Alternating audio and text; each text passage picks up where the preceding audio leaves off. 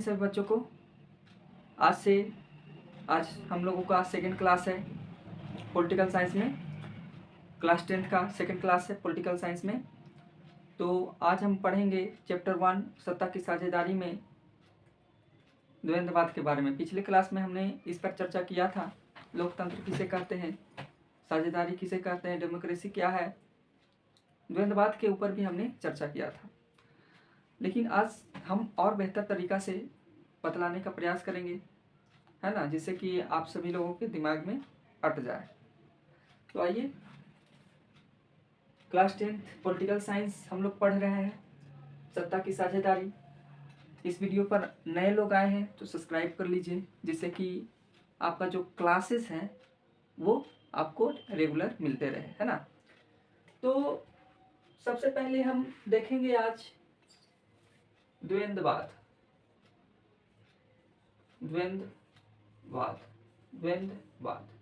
Topic है द्वंद्ववाद। कृपया कर पेन पेपर निकाल करके इस चीज़ को लिखने का प्रयास कीजिए जो हम पढ़ाएंगे, है ना।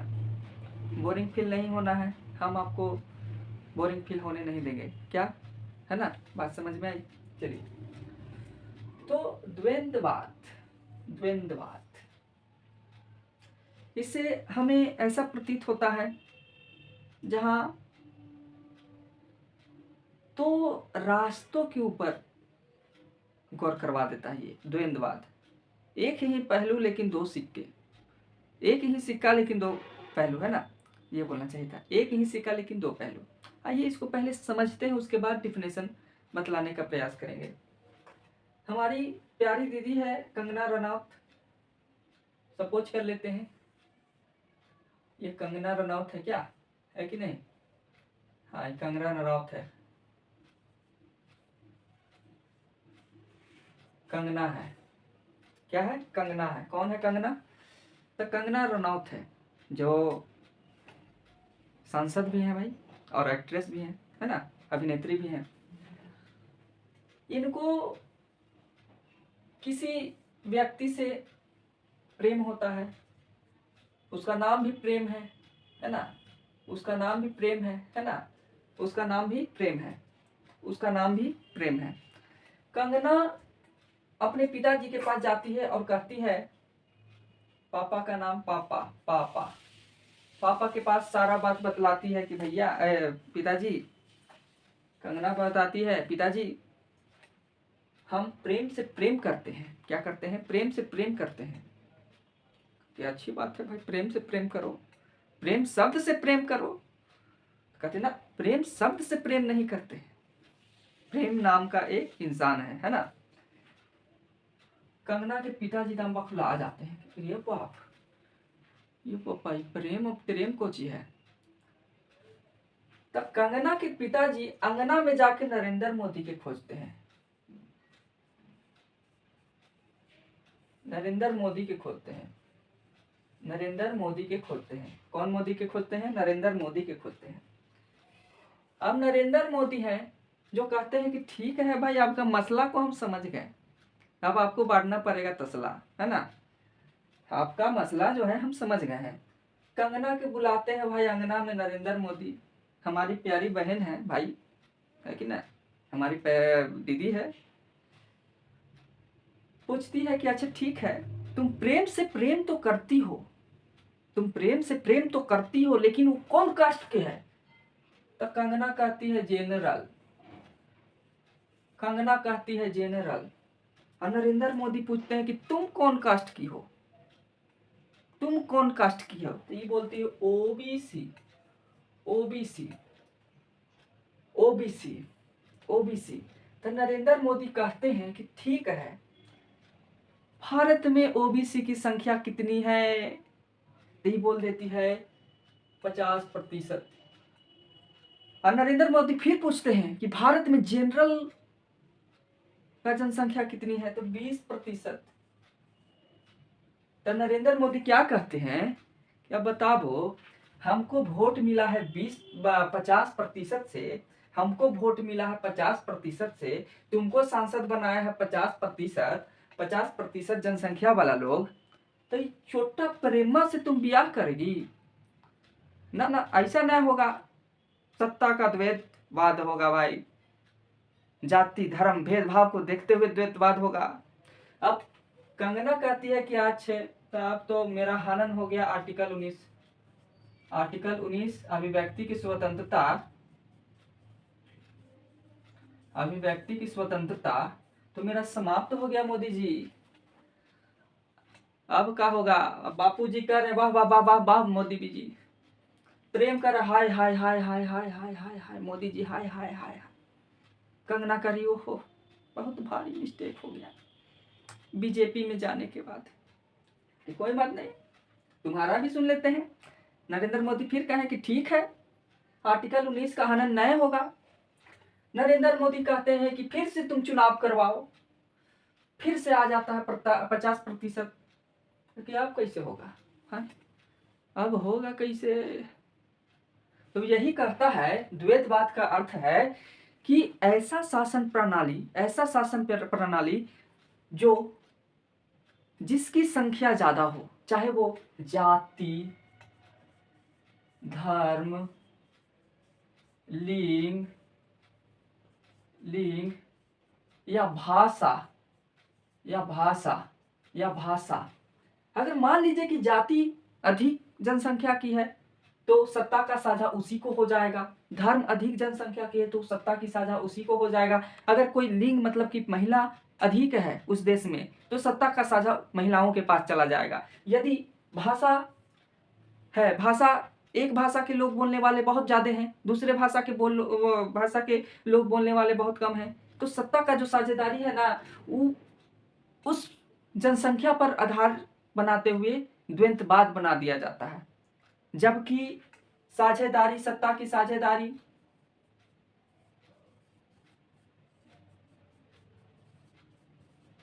साझेदारी ये सब कुछ नहीं मानता है, कहता है कि कोई भी जाति का लोग हो, धर्म का लोग हो, लिंग का व्यक्ति हो, भाषा किसी भी भाषा को बोलता हो, उसका जनसंख्या कितना भी हो न हो, उसे कोई मतलब न है, हम सभी को सत्ता देने का प्रावधान करते हैं, सत्ता की साझेदारी ये बोलता है। लेकिन द्वैतवाद कहता है कि यह एक ऐसी शासन व्यवस्था है, शासन प्रणाली है जिसमें जाति धर्म भेदभाव को देखते हुए जनसंख्या जिसका ज्यादा होगा उसी को सत्ता दिया जाएगा। क्या आपको बात इतना समझ में आया?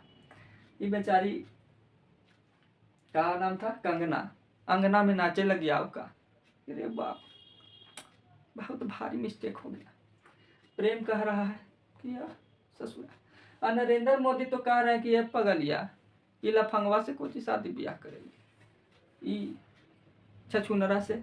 एकरा से अच्छा तो हमारे नीतीश बाबू के बेटा है कि ना, ओकरा से ब्याह से चलो, चलिए ठीक है ना। तो क्या आपको इतना बात समझ में आया द्वैतवाद क्या होता है? इतना आपको समझ में आ गया होगा, क्योंकि उस दिन हमको ऐसा लग रहा था कि आप लोगों को समझ में नहीं आया। चलिए खैर, अब आ गया होगा समझ में। नहीं आया है तो दोबारा से इस वीडियो को प्ले कर लीजिए, अभी तो ऑनलाइन चल रहा है, फिर से रिकॉर्ड होगा तो देख लीजिएगा, है ना। चलिए, इतना बात आप लोगों को समझ में आ गया होगा। अब हम प्यारे बच्चों, प्यारे मित्रों, प्यारे दोस्तों, प्यारे भाइयों, प्यारे बहनों, उस दिन हम बात कर रहे थे दो बिंदुओं पर, दो मुद्दों पर। पहला मुद्दा जो था बेल्जियम की घटना, बेल्जियम की घटना, और दूसरा जो था वो श्रीलंका की घटना को हमने उस दिन जाना था सिर्फ नाम, सिर्फ नाम जाना था। क्या जाना था? सिर्फ नाम जाना था। अच्छा है ना, ससुरा कह रहा है खुदा किसी को किसी पर फिदा न करे, खुदा किसी को किसी पर फिदा न करे, फिदा करे तो कयामत तक जुदा न करे। यूं माना कि जी नहीं पाते जुदाई में तो मर भी कहाँ पाते हैं तन्हाई में। सही बात है। चलिए खैर, बेचारी कंगना नहीं अब जी पाएगी, है ना। तो बेल्जियम जो है ना यूरोप में निवास करता है ना। तो पहले हम मानचित्र को बनाएंगे, आप लोगों को भी बनाना है। इस प्रकार से बेल्जियम जो है इस प्रकार से है, इस प्रकार से बेल्जियम है। बेल्जियम यूरोप का एक महाद्वीपीय देश है, सॉरी यूरोप महादेश का देश है ना, यूरोप का है, यूरोप का है। यूरोप में आपको बतलाया गया होगा यूरोप का राष्ट्रवाद में कि मुख्यतः 50 स्वतंत्र देश हैं, उसमें उसमें यूरोप में मुख्य देश बेल्जियम भी एक है। बेल्जियम की राजधानी जो है वो ब्रुसेलस है, ब्रुसेलस, ब्रुसेलस कहाँ है? ब्रुसेलस। बेल्जियम की राजधानी कहाँ है? ब्रुसेलस। बेल्जियम की राजधानी कहाँ है? ब्रुसेलस। यूरोप में कौन है? बेल्जियम, है ना।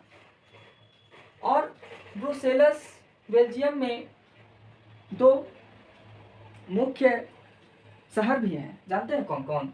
दो मुख्य शहर भी हैं, उनका नाम है फ्लेमिश, फ्लेमिश, फ्लेमिश और वेलेनिया, और वेलेनिया, और वेलेनिया, वेलेनिया।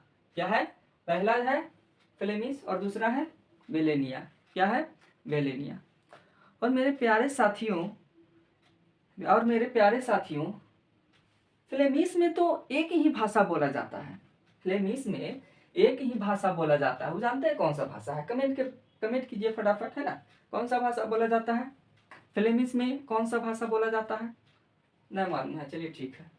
डच बोला जाता है, डच बोला जाता है। फ्लेमिश में डच बोला जाता है, फ्लेमिश में डच बोला जाता है।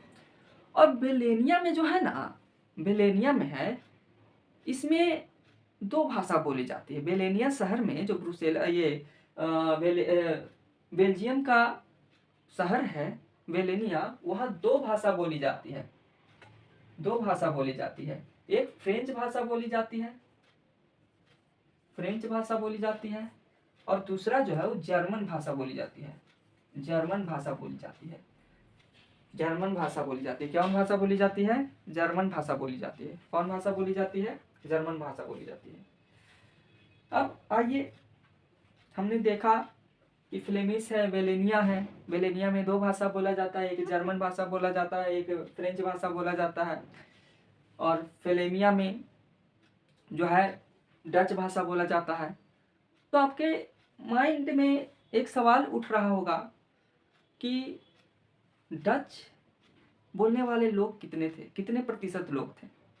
डच बोलने वाले कितने प्रतिशत लोग थे? तो मेरे प्यारे बच्चों, बबुओं, लाडलो, डच बोलने वाले जो थे वो 59% लड़कियों को समझ में नहीं आया।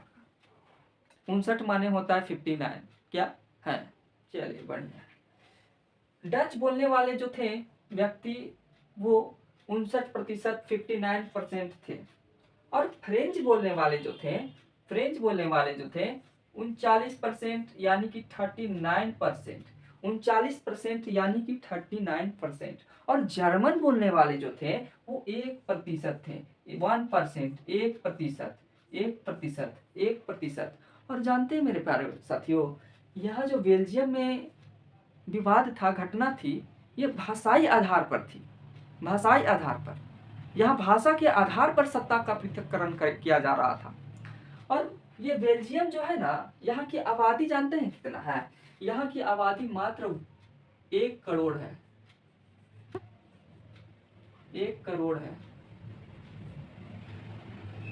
1 करोड़ है, करोड़, सॉरी गलती लिखा गया है ना, करोड़ है ना, 1 करोड़ है। और इस बेल्जियम, ये जो बेल्जियम है, इसका क्षेत्रफल जानते हैं हमारे देश के किस राज्य के भांति प्रतीत होता है? कितना क्षेत्रफल है? कमेंट में कीजिए। चलिए नहीं मालूम है। बेल्जियम का जो क्षेत्रफल है वो हमारे देश हरियाणा के इतना है। हमारे देश में जो हरियाणा राज्य है उतना ही बेल्जियम में है, उतना ही बेल्जियम में है क्षेत्रफल। और यहाँ का आबादी जो है 1 करोड़ है। अब बताइए, हमारे यहाँ 140 करोड़ है कि ना है? बात समझ में आ रहा है? 140 करोड़, हाई ससुरा के 1 करोड़। पूरा ये हरियाणा के देख लिया जाए तो 8 करोड़ इसका आबादी है। बताइए, है ना? समझ में आया बात? कितना का फर्क है? तो फ्लेमिश में जो है वो 59% डच बोलते हैं, वेलेनिया में है 39% जो है, 39% फ्रेंच बोलते हैं, और जर्मन भाषा में जर्मन भाषी जो है वो 1% बोलते हैं। सीबीएसईएन वाला सोचता होगा क्या सर 59% 39% बोलते हैं, 59 और 39 बोलिए ना, एकदम मजा आ जाएगा, है ना। लेकिन हमारा गांव देहात का बच्चा एकदम मजा से पढ़ेगा, है ना। चलिए खैर, तो हमने देखा 59, 39 और 1। अब आप बताइए 1% कौन बोल रहा है, 1% कौन बोल रहा है भाषा, 1% कौन बोल रहा है भाषा, जर्मन भाषा। जर्मन भाषा कितने बोल रहे हैं तो 1%, जर्मन भाषा कितने बोल रहे हैं तो 1%, जर्मन भाषा कितने बोल रहे हैं तो 1%। और फ्रेंच कितने बोल रहे हैं, फ्रेंच कितने बोल रहे हैं, फ्रेंच कितने बोल रहे हैं तो 39%। फ्रेंच कितने बोल रहे हैं तो 39%। और डच कितने बोल रहे हैं, डच के लोग जो हैं डच भाषा के लोग हैं कितने प्रतिशत बोल रहे हैं तो 59%, 59%। और यहाँ की आबादी कितनी है तो 1 करोड़ है। बेल्जियम की आबादी कितनी है तो 1 करोड़ है। यह हमारे देश भारत देश के किस राज्य के क्षेत्रफल इतना इसका क्षेत्रफल है तो हरियाणा के, है ना, हरियाणा के।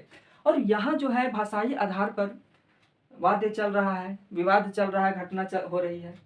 ये जो डच है इसका संख्या ज्यादा होने के कारण, डच का संख्या होने के ज्यादा होने के कारण यहाँ शासन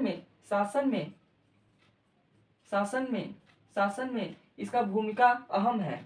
शासन का जितना कार्यभार है ये इसी डच को दे दिया जा रहा है। और फ्रेंच भाषी और जर्मन भाषी को इससे बाहर रखा जा रहा है। किससे बाहर रखा जा रहा है तो बेल्जियम में शासन व्यवस्थाओं से बाहर रखा जा रहा है। इन लोगों को, फ्रेंच भाषा के बोलने वाले और जर्मन भाषा के बोलने वाले लोगों को आरक्षण छीन लिया गया, वोट देने का अधिकार छीन लिया गया, राजनीतिक में कदम रखने का अधिकार छीन लिया गया। तो ये सब समस्याएं हैं फ्रेंच भाषा और जर्मन भाषी बोलने वाले लोगों के प्रति।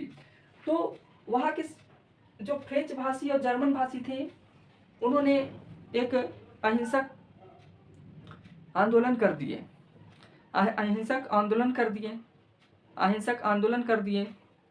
और यहाँ जो है ना, एक मिनट पानी पी के आते हैं।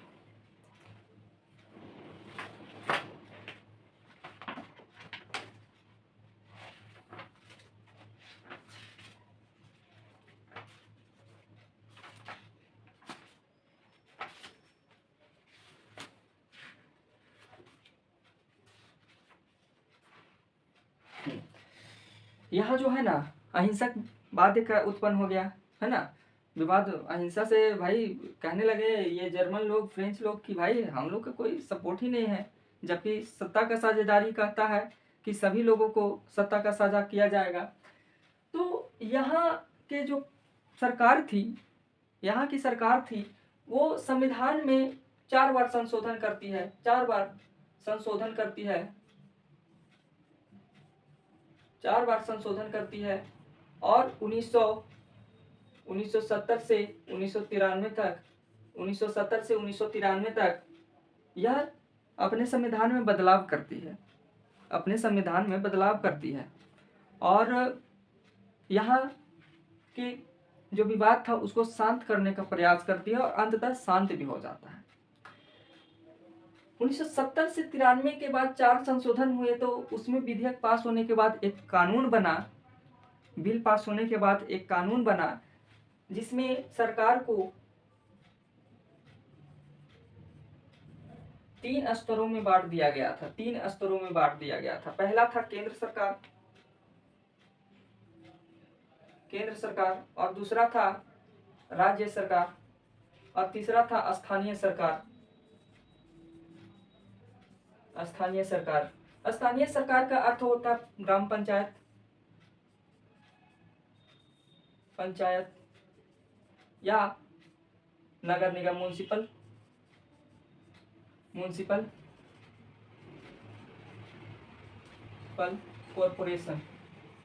कॉरपोरेशन। बेल्जियम की सरकार ने ये घटना को देखी, भांफ लिया और कहा कि भाई बहुत बड़ा विवाद हो जाएगा, मार हो जाएगा। तो वहां सरकार को 3 स्तरों में बांट दिया, कहा कि ठीक है सब खुश रहो, सबको अधिकार दिया जाएगा। केंद्र सरकार ने बड़े पैमाने पर देखने का प्रयास किया। राज्य सरकार ने अपने राज्यों के अंदर जितने भी गतिविधियां हो रही है, अवरोध हो रही है, जाति धर्म भाषा जो भी उत्पन्न हो रहा है, सभी को संगठित करके सरकार में भर्ती लेने का और शासन करने का अधिकार देती है। और स्थानीय सरकार का जो कार्य था उसमें ग्राम पंचायत से, म्यूनसिपल कॉरपोरेशन से, अब बेल्जियम में अलग इस चीज़ को बोला जाता होगा, लेकिन हमारा किताब एनसीईआरटी या बीटीबीसी एससीईआरटी ये चीज़ को नहीं बतलाया है। हम अपने देश के अनुसार इस स्थानीय शासन को बतलाने का प्रयास कर रहे हैं। अब नगर निगम में नगर मेयर होते हैं, वार्ड काउंसलर होता है, इसी प्रकार से ग्राम पंचायत में वार्ड सचिव होता है, समिति होता है, समिति होता है, मुखिया होता है, सरपंच होता है, पंच होता है। इस तरह से शासनों को विभाजित कर दिया जाता है, जिससे सभी धर्म, सभी जात के लोग, सभी भाषा बोलने वाले लोग उस सत्ता में जा सकते हैं। तो बेल्जियम का ये चतुराई भी कहिए या चतुराई भी कहिए कि इसने हर चीज़ को समझा और यहाँ का जो वाद्य अहिंसक विवाद चल रहा था, अहिंसक आंदोलन चल रही थी, इसको शांत करने का प्रयास किया। कौन किया? बेल्जियम। तो आइए एक बार और रिकॉर्ड कर लेते हैं कि बेल्जियम की राजधानी कहाँ है। बेल्जियम की राजधानी कहाँ है? ब्रुसेल्स। बेल्जियम की राजधानी कहाँ है? ब्रुसेल्स। बेल्जियम की राजधानी कहाँ है? ब्रुसेल्स। यह किस महादेश के अंतर्गत आता है? तो यूरोप महादेश के अंतर्गत आता है। यह किस महादेश के अंतर्गत आता है? तो यूरोप महादेश के अंतर्गत आता है। डच कौन सिटी में बोले, शहर में बोले जाते थे? फेलेमिया। फेलेमिया में कौन सा भाषा बोला जाता था सबसे अधिक? तो डच। वेलेनिया में कौन सा, फ्लेमिश में, सॉरी फ्लेमिया बोल दिए, फ्लेमिश में कौन सा भाषा ज़्यादा बोला जाता था? तो डच। कितने प्रतिशत? तो 59%। और फ्रेंच बोलने वाले कितने संख्या थी? तो 39%। और जर्मन बोलने वाले 1%। सरकार को कितने भागों में तोड़ दिया गया? केंद्र सरकार, राज्य सरकार, स्थानीय सरकार। केंद्र सरकार, राज्य सरकार, स्थानीय सरकार। केंद्र सरकार, राज्य सरकार, स्थानीय सरकार। कब कितने बार संशोधन हुए और कब से कब? 1970 से 1993 तक 4 बार संविधान में वहाँ के सरकार ने संशोधन किया और इसको समाप्त करने का प्रयास किया। अब हम समझते हैं, अब हम देखते हैं, इस चीज़ को आप नोट किए हैं, नहीं किए हैं तो PDF तो देखिए, प्रयास हम कर रहे हैं कि डिस्क्रिप्शन में जो है ना PDF को अपलोड कर दिया जाए, लेकिन चूँकि हमको पता नहीं चल रहा है कि किस अनुसार से किया जाए, है ना। जैसे ही पता चलता है ना तो डिस्क्रिप्शन में आप लोगों को वो चीज़ हम डाल देंगे, है ना। हाँ चलिए, है ना। क्या बात समझ में आया? यहाँ तक बात समझ में आया?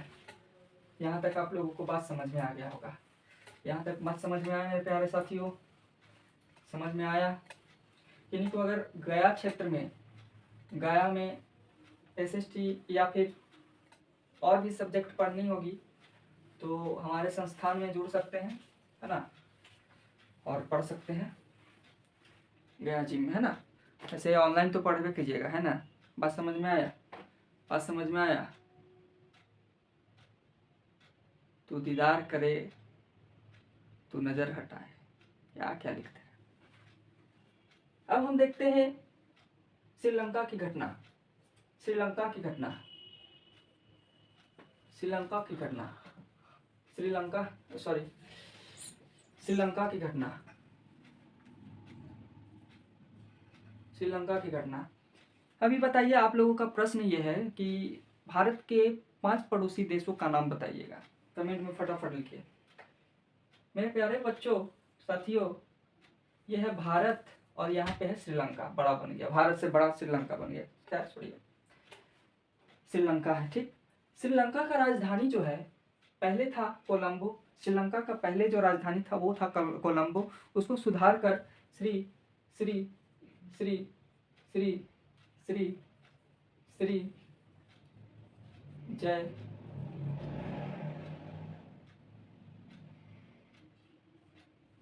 श्री जयवर्धने पूरा हो गया। श्री जयवर्धने पूरा हो गया। श्री जयवर्धने पूरा हो गया है। श्रीलंका की राजधानी श्री जयवर्धने पूरा हो गई है ना दोस्तों। यहाँ भी बोला जाए तो उसी प्रकार के बेल्जियम की तरह ही घटना घटी है, लेकिन वहाँ भाषा के आधार पर था, यहाँ जाति के आधार पर। ये श्रीलंका है। श्रीलंका में जो मुख्यतः जात धर्म के लोग रहते हैं वो सिहली धर्म के लोग रहते हैं। सिहली, सिहली धर्म के लोग रहते हैं। श्रीलंका में किस धर्म के ज्यादा लोग रहते हैं? तो सिहली धर्म के लोग रहते हैं। कितने? तो 79%। 79% सिहली धर्म के कितने लोग रहते हैं? 79%। कितने धर्म के सॉरी कितने लोग रहते हैं? सॉरी यहाँ 79 नहीं 78 होगा, है ना। 78% जो है लोग सिहली धर्म के रहते हैं। कौन रहते हैं? सिहली धर्म के रहते हैं। और तमिल जो है, तमिल जो है वो 18% है। 18% लोग रह रहे हैं। और 7% जो है ईसाई रहते हैं। ईसाई रहते हैं। कितने प्रतिशत? तो 7%। कितने प्रतिशत? तो 7%। कितने प्रतिशत? तो 7%। सिहली कितने परसेंट रहते हैं? तो 78%, 78%। तो यहाँ फिर विवाद ये उत्पन्न होता है कि हमारे देश के दक्षिणी कोने पर तमिलनाडु है।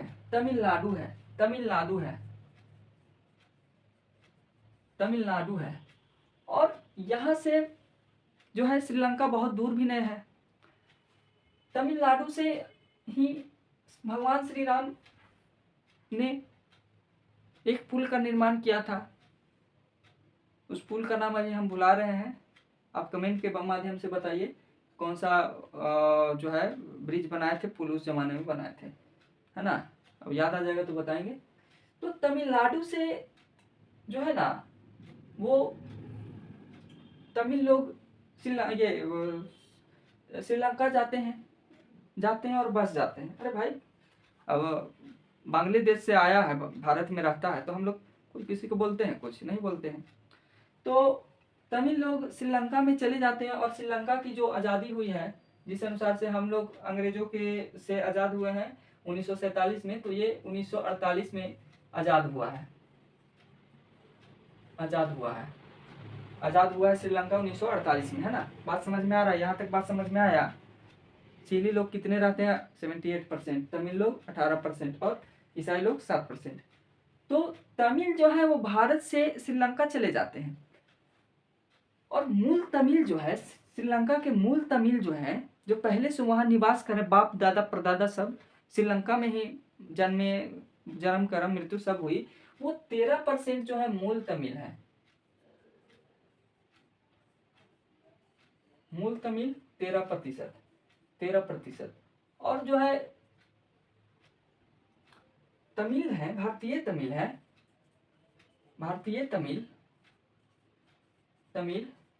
वो है 5%। भारतीय तमिल 5%। अब तमिल और सिहली में विवाद चलता है। ईसाई मजा मारते हैं। जिस अनुसार से हमारे देश में हिंदू मुसलमान होता था और ईसाई लोग वहां जाकर देखते थे, भड़काने का प्रयास करते थे, उसी प्रकार से यहाँ भी ईसाई लोग जो है मजा मार रहे हैं। अब यहाँ जातीय संघर्ष, धर्म संघर्ष बहुत ज्यादा है। सिहली की जनसंख्या बहुत अधिक है और तमिल की जनसंख्या बहुत कम है। सिहली की जनसंख्या बहुत अधिक है और तमिल का जनसंख्या बहुत कम है। और सिहली धर्म के लोगों को आरक्षण बहुत अधिक थी। देश में आरक्षण बहुत अधिक था, जिससे वह शासन भी खुद करते थे। शासन के क्षेत्र में भी अपना ही अधिकार जमाए हुए थे। शासन के क्षेत्र में भी सिहलियों ने ही अपना अधिकार जमाए हुए थे। सरकारी नौकरी बेचारा तमिल लोग को मिल नहीं पाता था और चिड़चिड़ाए हुए रहता था भारतीय तमिल पर। तो इन दोनों ने एक सम्मेलन बना लिया, कहा कि ये भाई, तुम तमिल हम भी तमिल, तुम तमिल हम भी तमिल, ऐसे ना कहते हैं बिहार में। ये भैया, आप भी ड्राइवर हैं और हम भी ड्राइवर हैं, चलिए ना दोस्ती कर लेते हैं। तो इसी अनुसार से मूल तमिल और भारतीय तमिल जो है वो दोस्ती आपस में कर लेते हैं। और दोस्ती करने के बाद एक उग्रवादी संगठन बनाते हैं। उग्र संगठन बनाते हैं। उग्र संगठन कौन बनाते हैं?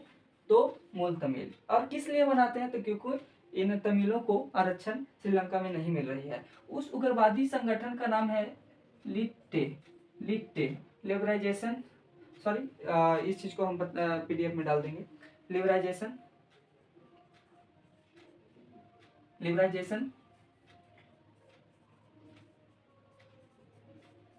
लिबराइजेशन, इस चीज़ को हम देखे नहीं हैं, गलत नहीं बता सकते है ना। उग्रवादी संगठन जो लिट्टे ने बना दिया, सॉरी तमिल ने उग्रवादी संगठन बनाया लिट्टे, और लिट्टे उग्रवादी संगठन जो है ना वो इतना मार मारता है, इतना मार मारता है सिंगली के, इतना मार मारता है, मार बेलचा मार कुदारी, मार बेलचा मार कुदारी, मार लोढ़ा सिलौट बेलना खुरपा, मारते मारते दम कहता है अधमरा छोड़ देता है। इतना मार धाड़ खून खराबा होने लगा कि यहाँ के सरकार कुछ समझ ही नहीं पाई, यहाँ के सरकार कुछ नहीं समझ पाई, और सत्ता का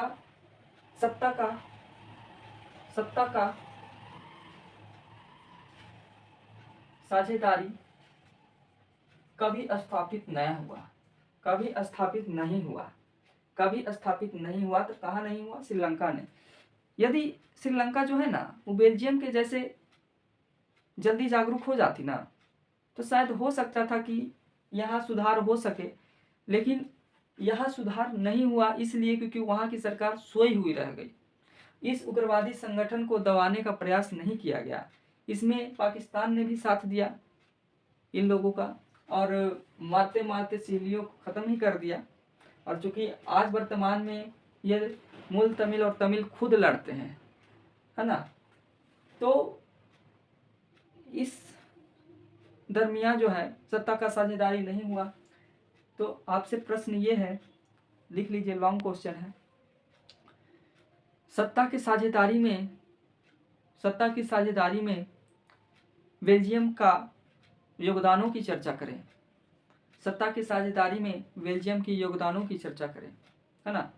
चलिए आज के लिए इतना ही, अब नेक्स्ट क्लास में मिलेंगे और बेहतर से प्रयास करेंगे, क्योंकि आज अभी 12 बजने वाला है ना, तो थोड़ा हो सकता है कि हम उस एंजॉय से नहीं पढ़ा पाएंगे, लेकिन नेक्स्ट क्लास में जो है बेहतर तरीक़ा से, है ना, पढ़ाया जाएगा।